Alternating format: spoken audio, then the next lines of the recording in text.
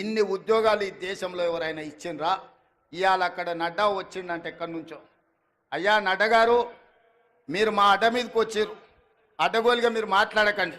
నేను సూటిగా నడ్డా గారిని కాదు కానీ మోడీ గారిని అడుగుతున్నా. నీ గుజరాత్ రాష్ట్రంలో 14 ఏళ్ళు మీరు ముఖ్యమంత్రిగా ఉన్నారు, 11 ఏళ్ళు ప్రధానమంత్రిగా ఉన్నారు. 25 సంవత్సరాలల్లా నరేంద్ర మోడీ గారి పార్టీ అయిన భారతీయ జనతా పార్టీ అధికారంలో ఉన్న రాష్ట్రం ఉత్తరప్రదేశ్, మధ్యప్రదేశ్, రాజస్థాన్, బీహారా, లేకపోతే ఛత్తీస్గఢ, జార్ఖండ్, కర్ణాటక, మహారాష్ట్రనా, ఏ రాష్ట్రమైనా నేను సవాల్ విసురుతున్న నరేంద్ర మోడీ గారు, మీ రాష్ట్ర ప్రభుత్వాలు ఉన్న దగ్గర ఒక్క సంవత్సరంలో 55,000 ఉద్యోగాలు ఇస్తే మీరు లెక్క చూపించండి. ఢిల్లీ నడి బజార్లో మీకు క్షమాపణ చెప్పి తల వంచుకొని నేను వస్తా, లేకపోతే నా లెక్క అప్ప చెప్తా. నీ పార్టీ నీ నాయకులను నువ్వు తెలంగాణ రాష్ట్రాన్ని, మా ప్రభుత్వాన్ని అభినందించు.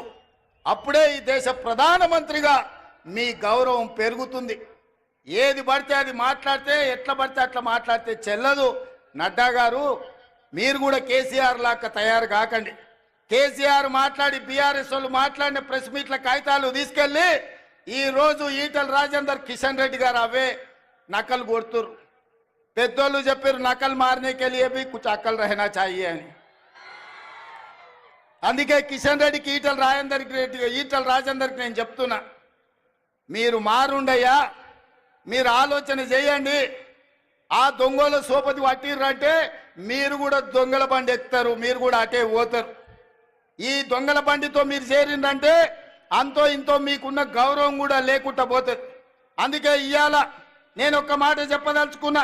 రైతు రుణమాఫీ మొదటి సంవత్సరంలో 25,50,000 మంది రైతులకు 21,000 కోట్ల రూపాయలు, 2 లక్షల వరకు వాళ్ళ ఖాతాలో లేచిన చరిత్ర మా ప్రభుత్వాన్ని.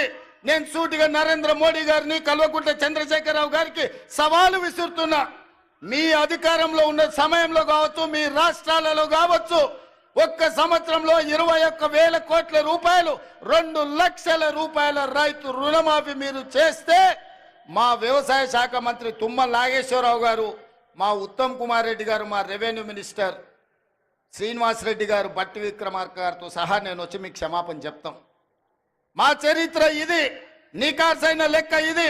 మా ఆర్థిక మంత్రి ఎన్ని ఇబ్బందులు పడ్డాడా, వానాడు అడ్డగోలుగా వాళ్ళు అప్పులు చేసి తెలంగాణ రాష్ట్రాన్ని దివాలా తీపించిన మా ఆర్థిక మంత్రి బట్టి విక్రమార్క గారు ఒక క్రమ పద్ధతిలో మొదటి సంవత్సరంలోనే 21,000 కోట్ల రూపాయలు, 25,50,000 మంది రైతులకు రుణమాఫీ చేసి రుణం తీసుకున్న చరిత్ర